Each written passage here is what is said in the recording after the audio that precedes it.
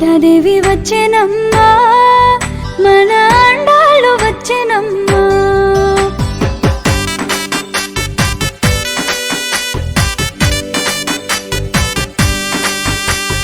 గోదాదేవి వచ్చెనమ్మా మన అండాలు వచ్చెనమ్మా గోదాదేవి వచ్చెనమ్మా మన అండాలు వచ్చెనమ్మా మన అండాలు వచ్చెనమ్మా